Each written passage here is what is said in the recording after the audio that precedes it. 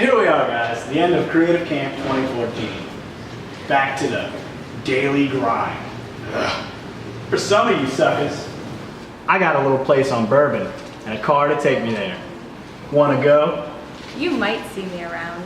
I've got my desk set on autopilot for a week, and my eyes are set on soaking up some sun, poolside, on the roof deck of LeBerge. Let's just say I know someone who knows someone. Nah, I can't even imagine how many jobs I have left waiting for me when I get back. I mean, I'll be heading out tomorrow, but hopefully I can put a few hours in on Sunday. For a solid month, I told my aides I'll be flying to Baton Rouge on Wednesdays. They all completely threw my planning out the window. It was just too much paperwork for sales. I mean, they resorted to trashing my desk with scraps of paper, cocktail napkins, you name it. I mean, is that a sketch in a flippin' frozen dinner box? No. You know, the head sales bro in my office, he decides to freaking send me about 3 voicemails saying I need a change on a gun show board or something like that. I'm like, come on, bro. I'm on my transfer in from Hotlanta trying to get my grind on at this conference. So here I am. I'm like, bro, I'll see you when I get back. Done with that. You know what I'm saying? Mm-hmm. Well, at least these last 2 days were epic. Creative Camp 2014 has been one heck of an adventure. Epic.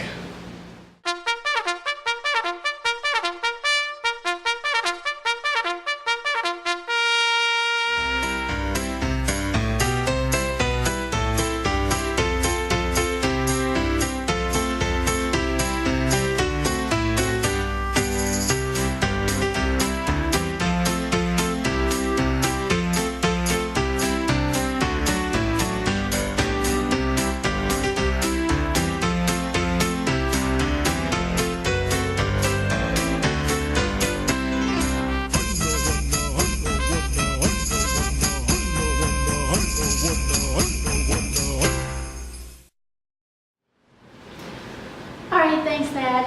I already have enough nightmares as it is with 4 gig agency files, low-res images, and all that mess. Oh, gosh, ghost stories. All right, let me go find the signal in this place. All right, but just look out for old man Bo.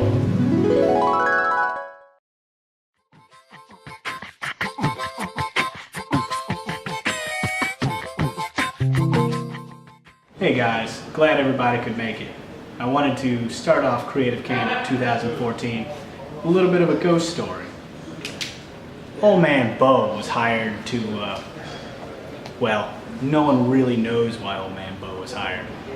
But he was from here, and he was a local with his name spelled B-E-A-U-X, for Pete's sake. As Cajun as you can get. He was good for taking everybody out on the town. He took them to Tiger Town, to Bayou Town, every town you could go to. He was also a known alligator wrestler. But he was always after the one known as Big Bertha. Who's Big Bertha, you may ask? Well, Big Bertha is the one that got away. Well, old man Bo had been boasting about his alligator wrestling days for all the time we knew him. Big Bertha had been seen. The camp was on high alert, and everyone was worried about being alligator bait. The gator was spotted lurking around our campsite that very night. When the artists returned to dinner that night, all evidence of that horrible scene was strewn about. Just a few tattered pieces of clothing and buckets of blood. What are you doing? Mr. Workout. Oh, yeah, Just right. catch it up. And this key was still in the bunk door, as if old man Bo was trying to get inside and just was snapped up by an alligator that surprised him, named Big Bertha. If you think this is where the story ends, you're mistaken. You're sadly mistaken. Because that key is where this story begins. Over the years, that key had shown up on more than one occasion, maybe even 3 occasions. The series of bad luck follows everyone who it chooses. The one to be blamed is old man Bo. The first story I heard about was in 1998.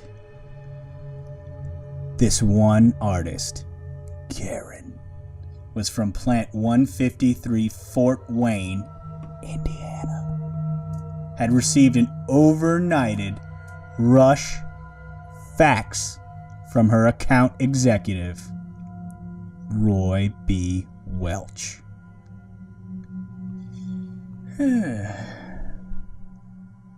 So Karen opens it up, and this key falls out with a piece of paper. Karen is all like, "What is this?" The paper appears to be a new art request with the directions, "Please see email for directions." Karen was like, "Huh? That's pretty weird." So happy little Karen, the graphic artist, is just tip-tapping her way through her Gmail, fighting off junk, spam, things that don't even relate to anything to graphic design, trying to find her email. After clearing her inbox and checking her spam folder, Karen finds the wrong email. Oh, it's just an all-artist email, where one guy is claiming that his favorite Italian restaurant is the greatest Italian restaurant in the world because it's from his local area, and his local area is better than your local area. But, so Karen, she spots the email. She rolls her eyes. She reads it, and it says, "Hey, Karn." Karn. They don't even get her name right. They didn't spell her name right. What is a Karn? It's Karen. Do any of you even know what a Karn is? Anyway, it says, "Can you take this business card and pull a logo off of it? And then use the same colors on their website." No website listed. Use neon green and neon brown. Neon brown. That's cool. One last thing. I also grabbed the logo from their website and changed the name to Hi-Res JPEG. Oh, you changed the name to Hi-Res. Well, it must be Hi-Res then. So, I guess Karen or Karn is all set. Karen sighed. You know, like a long sigh. One of those miserable sighs from that guy in the corner of your office that's just like, all the time. Little did Karen know that this was only the first of many blind spec art requests. The day before coming across this mysterious bad luck terrible key of bad luck, Fort Wayne's Lamar office received a new GM. Totally out of the blue. Totally with a fishbowl filled to the brim of business cards to be dispersed, designed for, and pitched by the end of the month. The thing was, the following Monday when Karen returned, she gave it her best. She tried. She put in the OT, cranking out amazing art time after time. You know, the art was alright, but it was pretty good. It was all but too late for Karen. The same day, the salesmen all realized they couldn't just put in blind spec art and expect to succeed. They can't just throw in use the logo or go to the website and not even provide the website or make me a billboard or you billboard please. It doesn't work. You need to at least give advertising goals.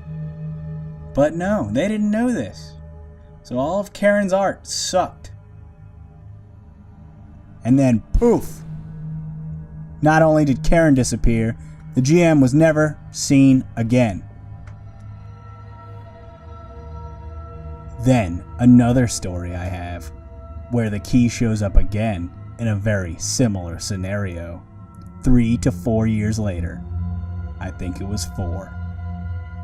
That's where Becky, a fairly experienced but not too experienced senior cap artist, sleeps off a late night artist jam session. Somehow, this girl comes across the key.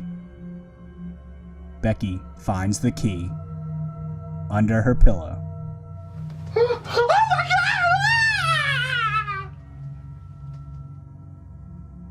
Becky was locked on the phone trying to work an AE over. Yes, sir. So you want a picture of a chicken, right? A chicken. Yeah, but so you want to remove the chicken's beak? So the beak, the thing that makes the chicken, you want that gone? Okay. Yeah. But sir,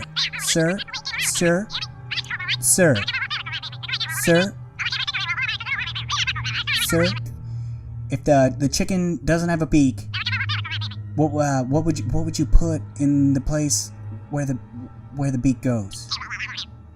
Don't you think that'll be a little creepy? A chicken without a beak on an ad for baby formula? So, no beak, cartoon teeth, in a hole on the chicken's face. Yeah, oh yeah, I got it. Becky looked a little confused, but you know how these people get. You can try to help them, you can try to make the best art possible, but sometimes, most times, they get really particular about how they want their ugly, and they want their ugly now. So you could try to help them, you know, you can ask for directions, you can ask for feedback, help me, help you, but you know, but sir, poof.